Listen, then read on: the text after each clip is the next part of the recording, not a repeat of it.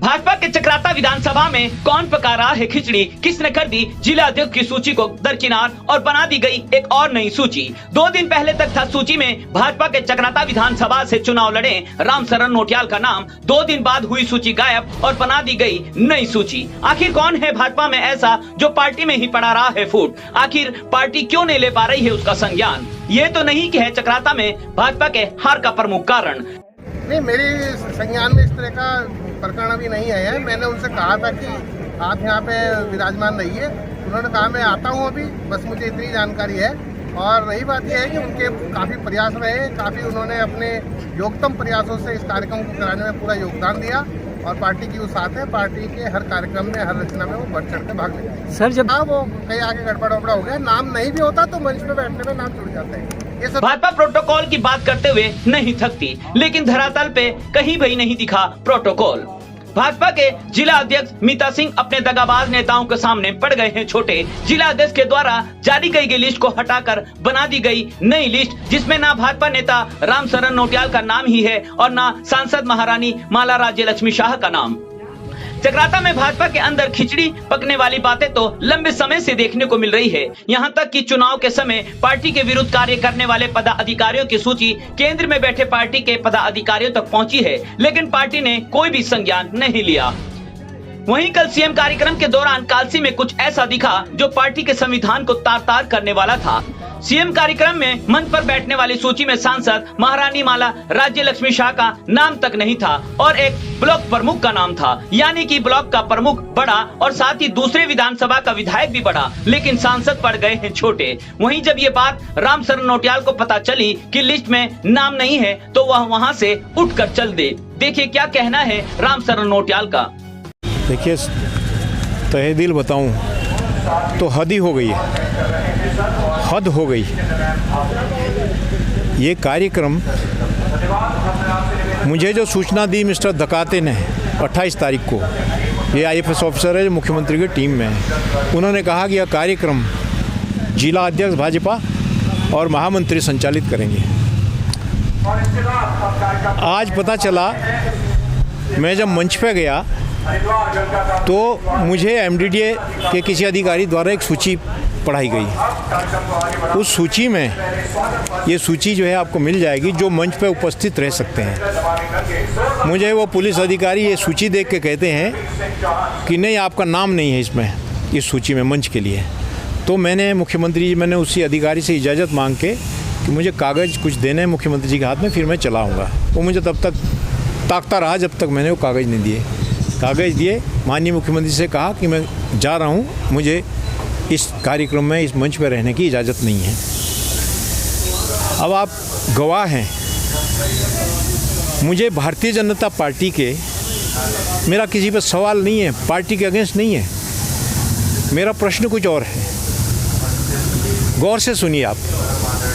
Bharatiya Janata party के राष्ट्रीय महासचिव से लेके प्रदेश तक मीडिया में सब जगह कहते हैं कि जिस 23 विधानसभा में हमारा जो विधायक हार गया है वो हमारा शैडो MLA होगा वहाँ पर। तो शैडो MLA को कोई पूछने को नहीं बैठ रहे हैं और लुच्चे उचक्कों के हाथ में ये कार्यक्रम दे दिया। और यदि सरकारी कार्यक्रम है तो आप मंच को देख के आइए कौन कौन लोग उसमें सरकारी नहीं है। वास्तविक रूप से जिला पंचायत अध्यक्ष सरकारी नहीं है, वास्तविक रूप से इस प्रोटोकॉल में आते नहीं है, ना ब्लॉक प्रमुख आते हैं।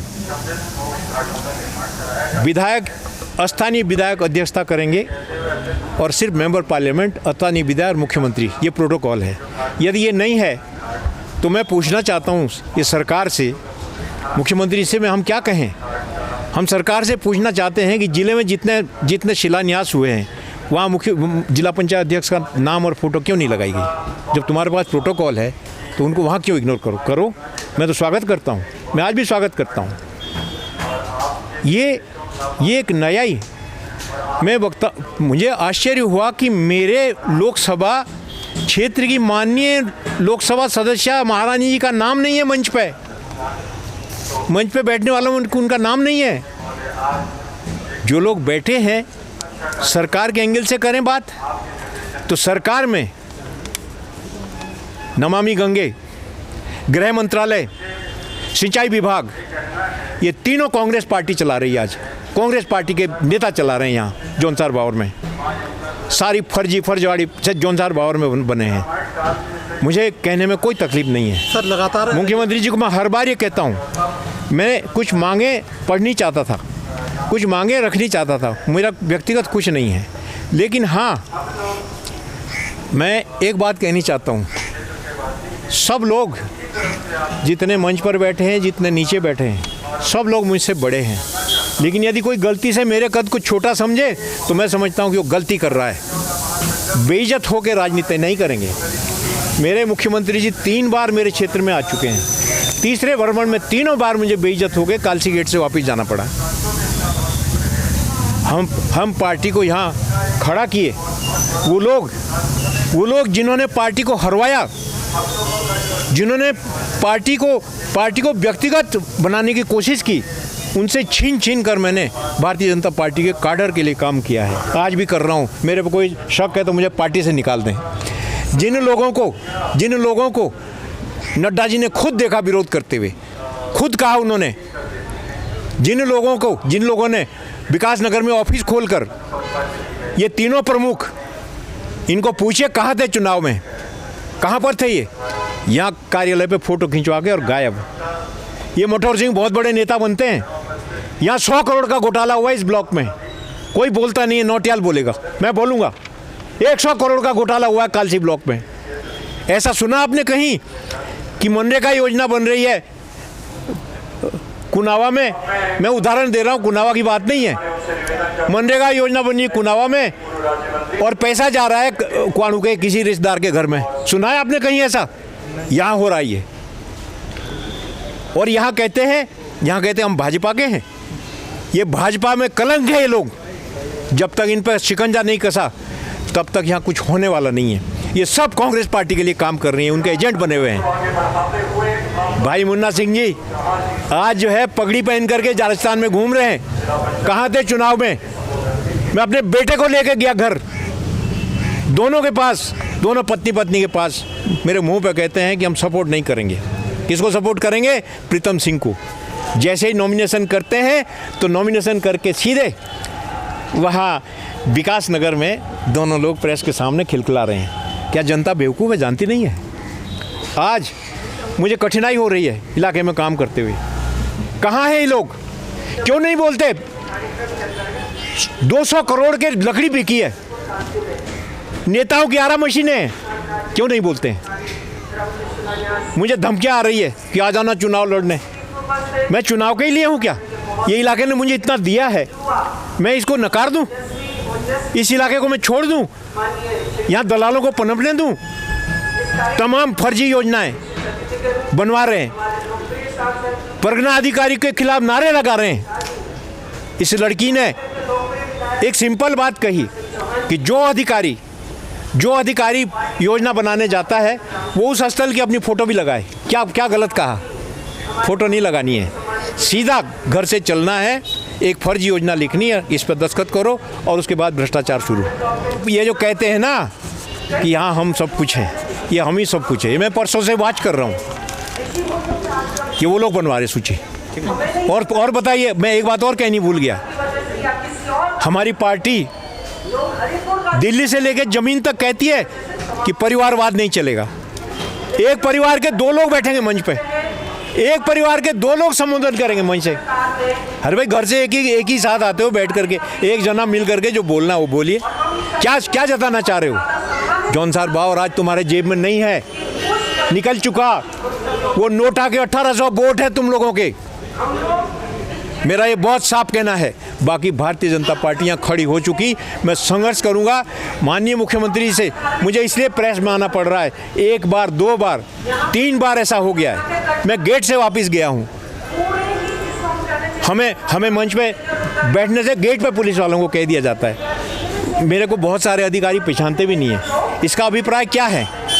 इसका अभिप्राय यह है कि तुम उसका फ़ायदा लेकर के, और पहचानते क्या नहीं। जब मैं कह रहा हूँ मैं यहाँ से विधायक का चुनाव लड़ा हूँ, तो हमें किस लिए रोक रहे हो? मैं कौन सा अपने लिए मांग रहा हूँ?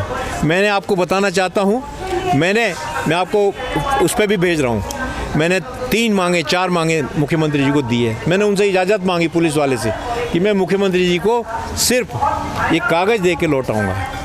ये जो हमारा झूला पुल है, ये जो पुल है पुराना, ये कुछ भ्रष्ट अधिकारियों ने यूपी के टाइम से इसको तोड़ डाला जब इसके गाड़ियाँ चलती थी। आज मैंने मुख्यमंत्री से कहा है कि ऋषिकेश में राम झूला है, आप गवाह हैं, लक्ष्मण झूला है, यमुना मैया का श्री कृष्ण जी से सीधा संबंध है, श्री कृष्ण जी का यमुना जी से सीधा संबंध है। मैंने उनको एक प्रस्ताव दिया है कि श्याम झूला के नाम से इन्हीं पायों के ऊपर इसको रिस्ट्रक्चर करके, क्योंकि इसका डिज़ाइन बहुत अच्छा ब्रिटिशर्स से पहले का है, इसको यह श्याम झूला के नाम से इसको बनाया जाए, इसके लिए पैसा दिया जाए। ये मैंने उनसे आग्रह किया है, मैंने कागज़ भी दिए। दूसरी बात मैंने ये कही है कि जो प्रस्तावित इसके लिए पार्किंग के लिए जो स्थान चयन किया है उसमें माननीय सुबोध उनियाल जी, मैं उनका आभार व्यक्त करता हूँ, उन्होंने 50 लाख रुपए दिए हैं। लेकिन वहाँ 2 मंजिला पार्किंग के लिए 1 करोड़ रुपए की और व्यवस्था चाहिए, क्योंकि उसके नीचे स्वतः ही एक बड़ा हॉल निकलेगा जिसमें कि हम किसी समिति को, चाहे कोई भी हो लोकल, उनको कहेंगे कि आप यहाँ से लकड़ी वगैरह जो दान देते हो करिए, ताकि गाँव से जो लोगों को लानी ना पड़े। ये 2 मांगे मुख्य रूप से। तीसरी बात मैंने उनसे आग्रह किया है कि चक्राता को, नवीन चक्राता के बारे में मैं आप फेसबुक में डाला हूँ। नवीन चक्राता को माननीय मुख्यमंत्री जी ने वहाँ टूरिस्ट डेस्टिनेशन डिक्लेयर कर दिया है। चंपावत और नवीन चक्राता को 2 टूरिस्ट डेस्टिनेशन डिक्लेयर हुए हैं गवर्नमेंट से, अभी घोषणा हुई है, उसकी स्वीकृति हो गई, जियो हो गया।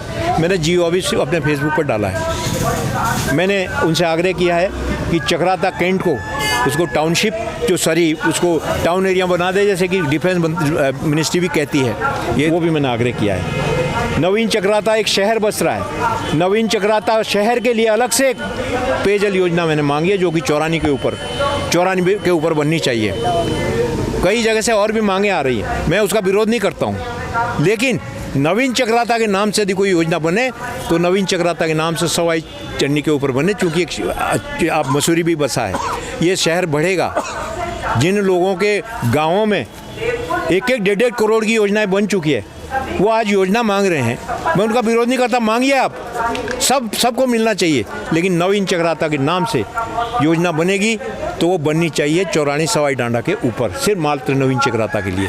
ये मैंने एक बात कही है। तीसरी बात, जितने होटल खुले हैं चक्राता में, वहाँ पर अभी स्थानीय बच्चे काम करते हैं, वो लोग ट्रेंड शुदा नहीं हैं, काम चला रहे हैं। तो मैंने माननीय मुख्यमंत्री जी को एक चिट्ठी दी है कि एक वहाँ जो है एक catering management, hotel management institute खोल दें, जहाँ से बच्चे जिसमें सारी ट्रेनिंग होती है, मैनेजर, वेटर, गाइड, सब कुछ ट्रेनिंग होती है, ताकि वहाँ के बच्चे बाहर के भी आएँ, वहाँ के बच्चों को वहीं रोज़गार मिले।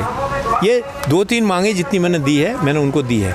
लेकिन फिर आपको अंतिम रूप से बताता हूँ, राजनीति करेंगे, अपमानित होकर नहीं करेंगे, अपमानित होकर राजनीति नहीं करूँगा, मैं नहीं करूँगा।